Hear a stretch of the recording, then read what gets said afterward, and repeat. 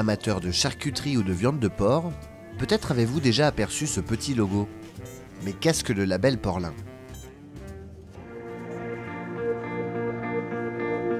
Porlin, c'est venu d'une idée avec Laurent Carpentier, un collègue d'élevage que j'avais dans l'ancienne coopérative, d'élever nos porcs avec de la graine de lin pour avoir une viande persillée.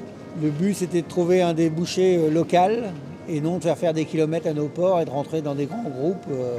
On voulait maîtriser notre produit du début jusqu'à la fin, de la naissance jusqu'à l'abattage et jusqu'au client charcutier. Parce que le vrai juge, c'est quand même le client final qui juge le résultat et qui nous fait confiance. L'avantage de la nutrition au lin, c'est surtout dans la tendreté de la viande. On a une viande, du fait qu'elle soit un peu persillée, vous laissez une viande beaucoup moins sèche qu'une côte, par exemple sur une côte de porc traditionnelle qui se recroqueville dans une poêle quand vous la faites cuire.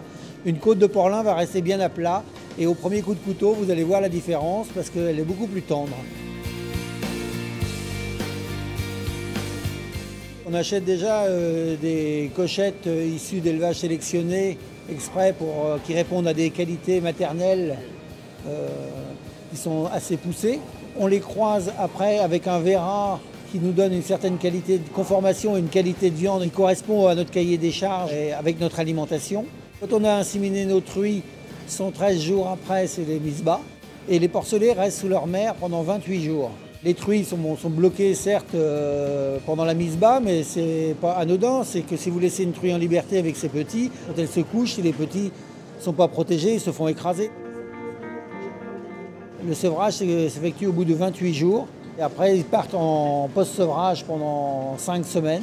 On les redéplace en pré-engraissement pendant 5 semaines et en engraissement pendant 12 semaines. Donc il y a plusieurs sites et à chaque étape, c'est des bâtiments différents. Donc c'est des bâtiments super isolés et on régule ça avec des chauffages et aussi la ventilation. Si les conditions d'élevage ne sont pas remplies en point de vue confort de bâtiment, on n'arrivera pas à avoir un porc de qualité, c'est pas possible. On travaille uniquement avec des artisans bouchers et charcutiers.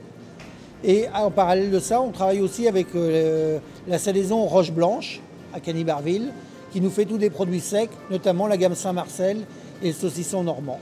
Si un porc ne peut pas être labellisable, il est hors de question qu'il parte dans la filière porc-lin. Ça peut être un porc trop lourd, c'est aussi un porc trop léger, un porc trop gras. Alors sur la Seine-Maritime, on a environ une 50aine d'adhérents.